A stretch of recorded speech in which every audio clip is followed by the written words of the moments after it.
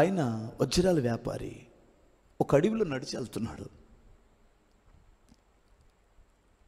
నడుచుకుంటూ వెళ్తున్నప్పుడు ఒక యవనస్తుడు బైబిల్ తీసుకొని అడవిలోనే ఆ కాలిబాట పక్కనే కూర్చొని బైబిల్ చదువుకుంటున్నాడు. ఆ పచ్చికలో కూర్చొని అటు వెళ్తూ ఆ వజ్రాల వ్యాపారి రేయ్ ఇట్రా అన్నాడు. చాలా కష్టజీవి వజ్రాల వ్యాపారి, ఒక్క నిమిషం కూడా వేస్ట్ చేసుకోడు. డబ్బు డబ్బు డబ్బు డబ్బు డబ్బు సంపాదించే వ్యాపారి.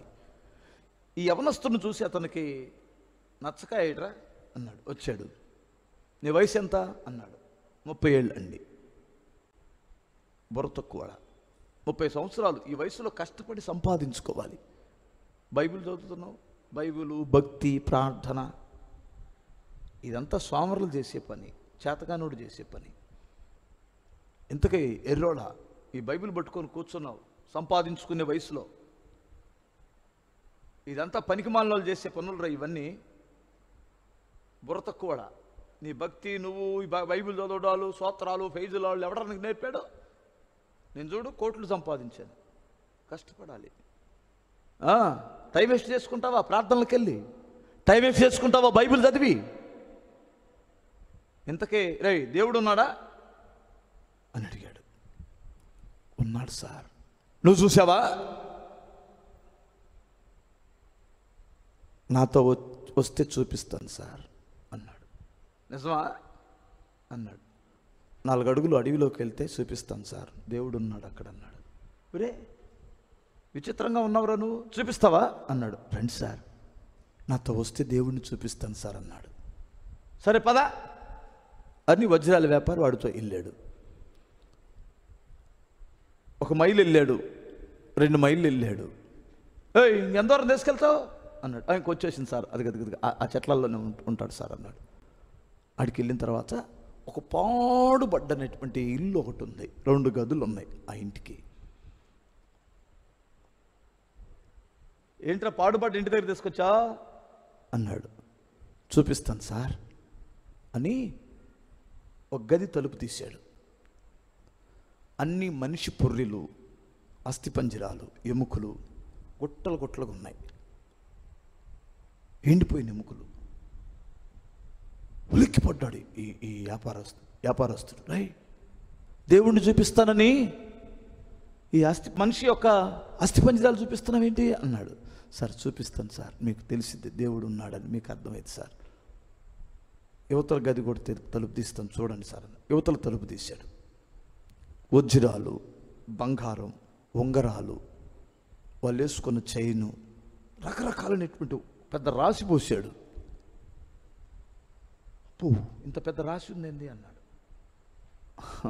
ఇవన్నీ వాళ్ళయ్యా సార్ అన్నాడు. ఏ దేవుడు చూపిస్తానని ఏంటి సార్? నేను నా వయసు వచ్చిన దగ్గర నుంచి మనుషుల యొక్క మాంసానికి అలవాటు పడ్డాను. నేను మనుషుల యొక్క మాంసానికి అలవాటు పడ్డా. ఈ త్రోవను వచ్చేటువంటి వారందరినీ చంపి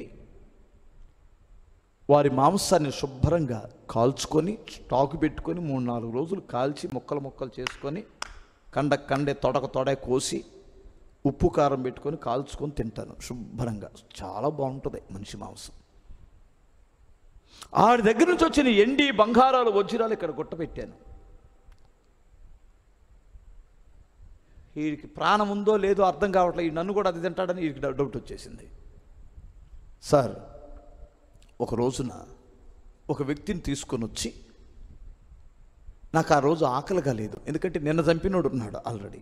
ఆ మాంసం తిని ఈయన రేపు పొద్దున తిందాములని ఇదిగో ఈ ఎముకలున్న గదిలోనే బంధించేసి తలుపేసి లోపల ఉంచాను. నేను బయట ఉన్నా.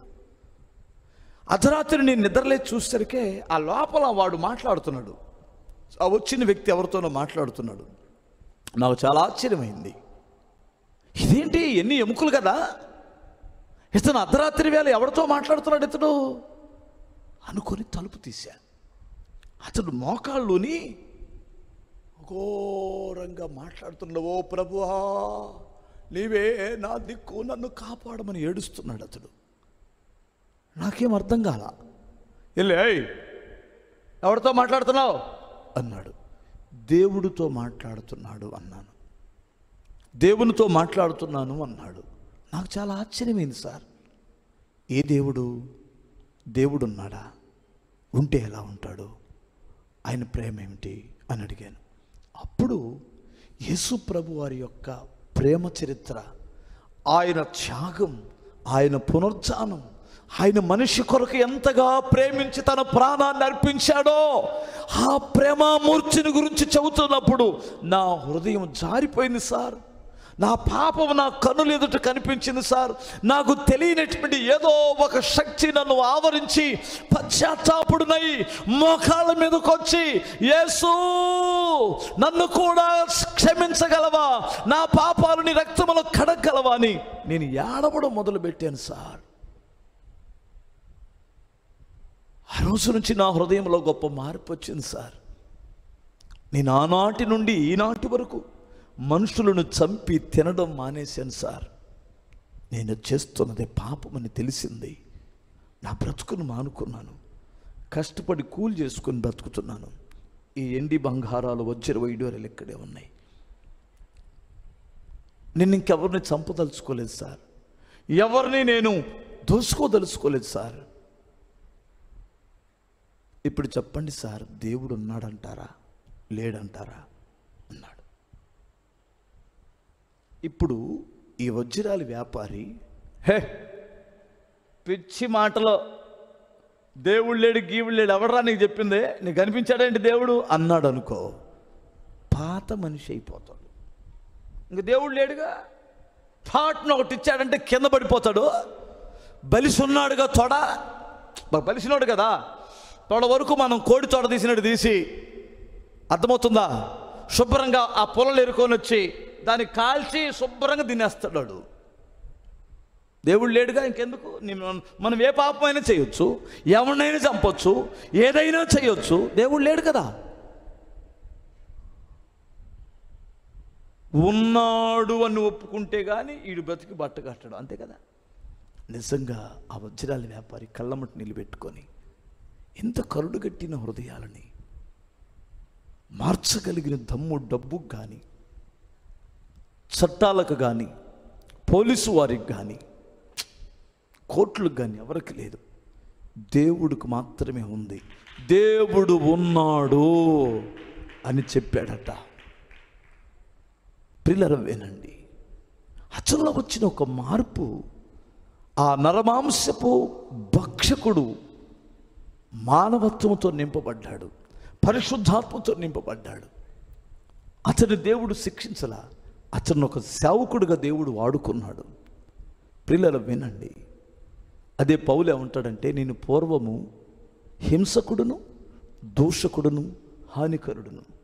పూర్వము నేను హింసకుడును, దూషకుడును, హింసిస్తాను ప్రజల్ని, దూషణ మాటలు మాట్లాడుతాను, హానికరుడుని నేను.